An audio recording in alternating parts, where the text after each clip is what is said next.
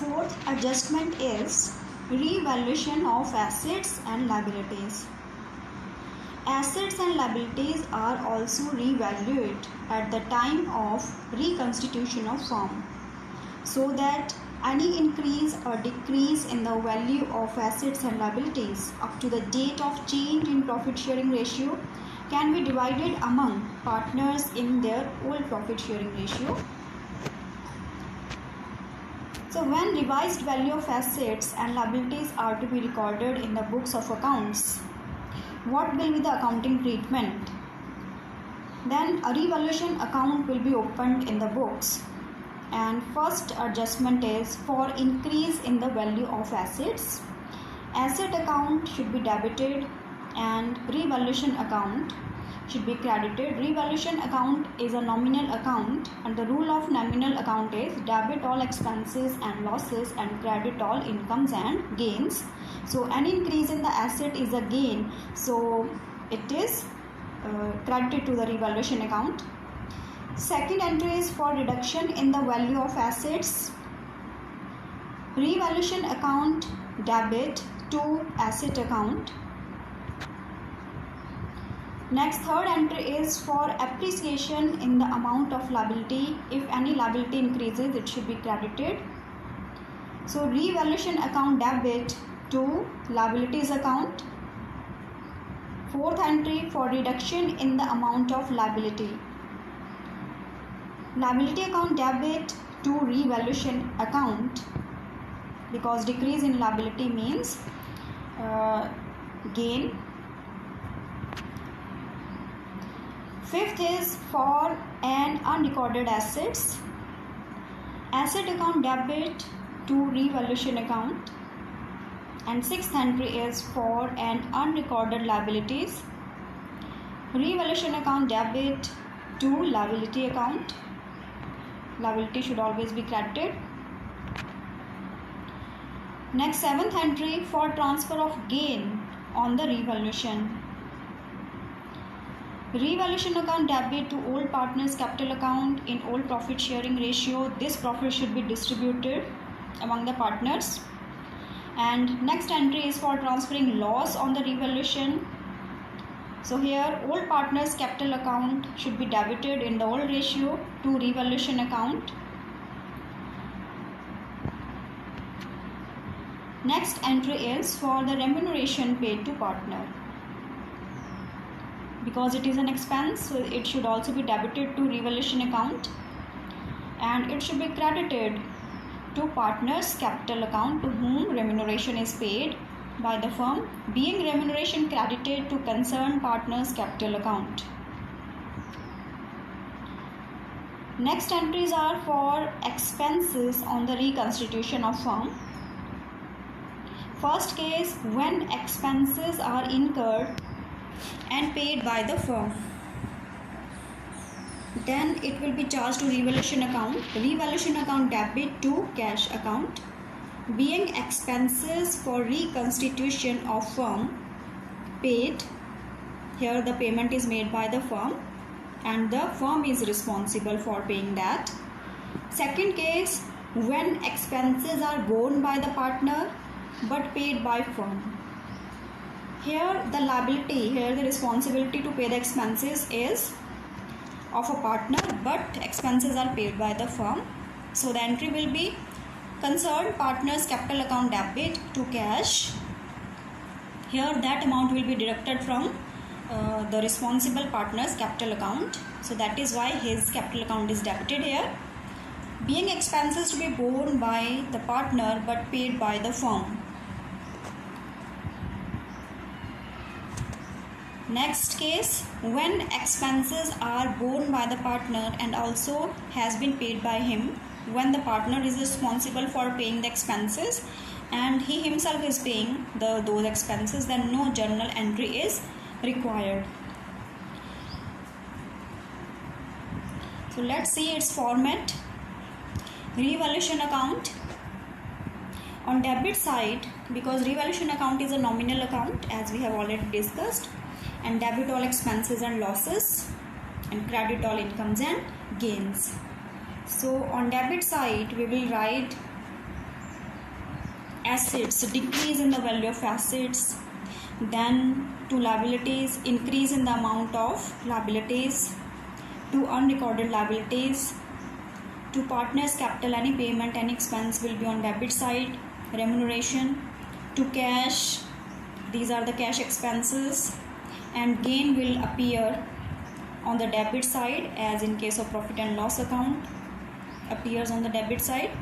And on credit side, increase in the assets, so by asset account.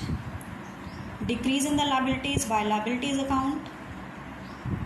By unrecorded assets account, and by loss on the revaluation transferred to partners capital account in their old ratio. So this is the format of revaluation account. Revaluation account is a nominal account, and the rule of nominal account is debit all expenses and losses and credit all incomes and gains.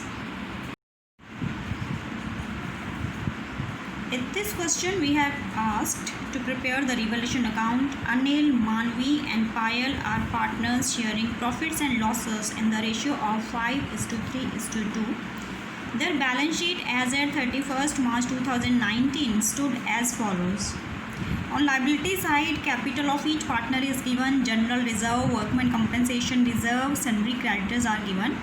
On asset side, land and building, machinery, stock, bills receivable, sundry debtors, cash in hand and cash at bank is given.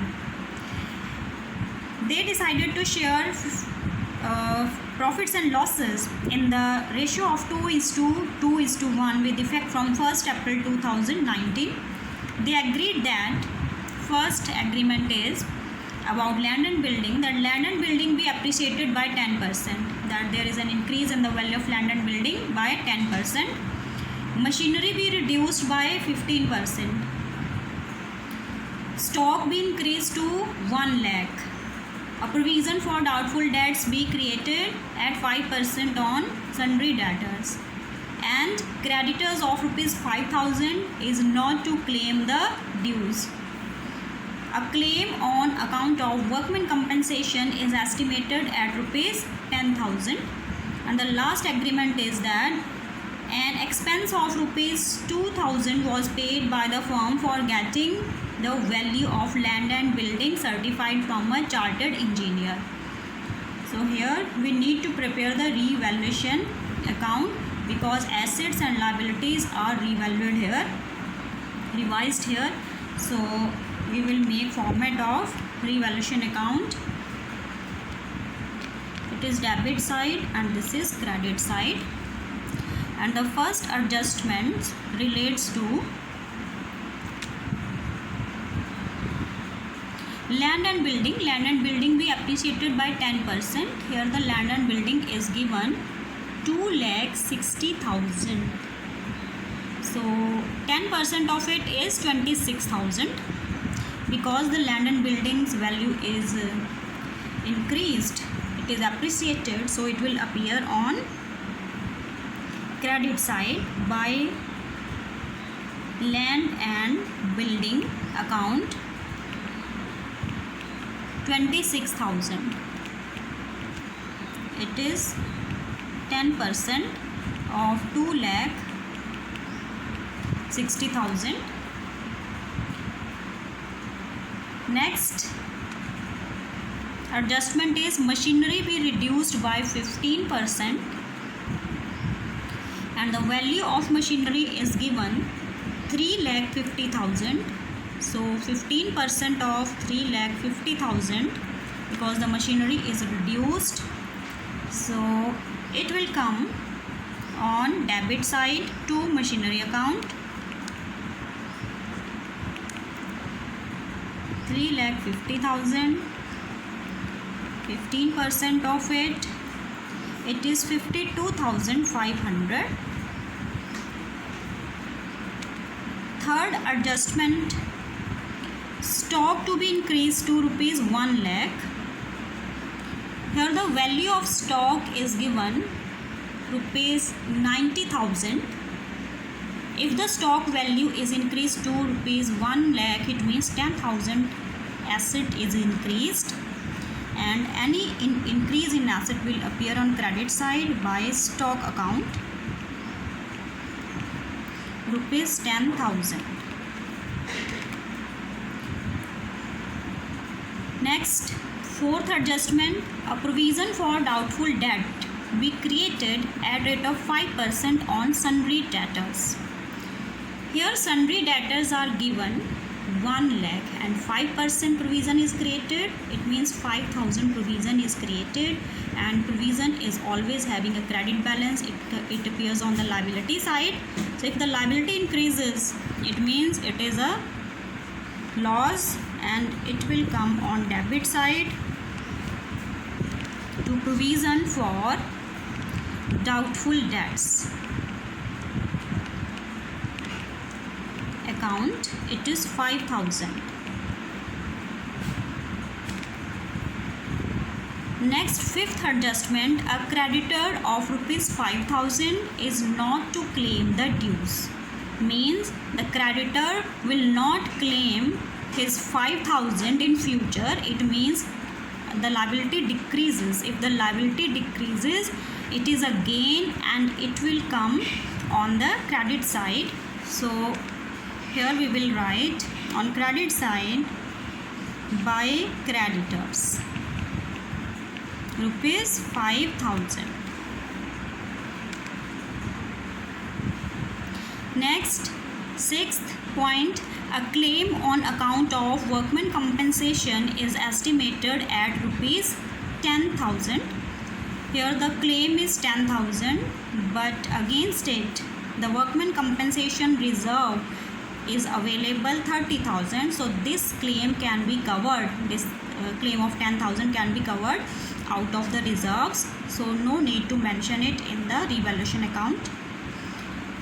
Next, last adjustment is an expense of rupees 2,000 was paid by the firm for getting the value of land and building certified from the chartered accountant. So it is an expense of rupees 2,000, and expenses appear on debit side to cash or bank account. It is an expense 2,000. So now we can total it. Here the total of debit side is more. So here we will write its total, and it is 59,500. The same amount will be written on the credit side, 59,500, and the difference is by loss transferred to partners account in the old ratio, and there are 3 partners, Anil, Manvi and Payal. So Anil, Manvi and Payal, and their share is given in old ratio 5:3:2.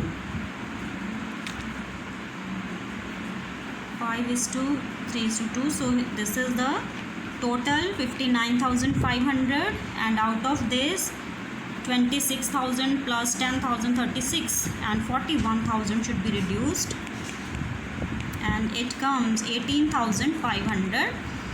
Now this 18,500 will be divided in the old ratio, and as per old ratio their share comes 9,250, 5,550 and 3,700, because the ratio is given to us. So this is the revaluation account.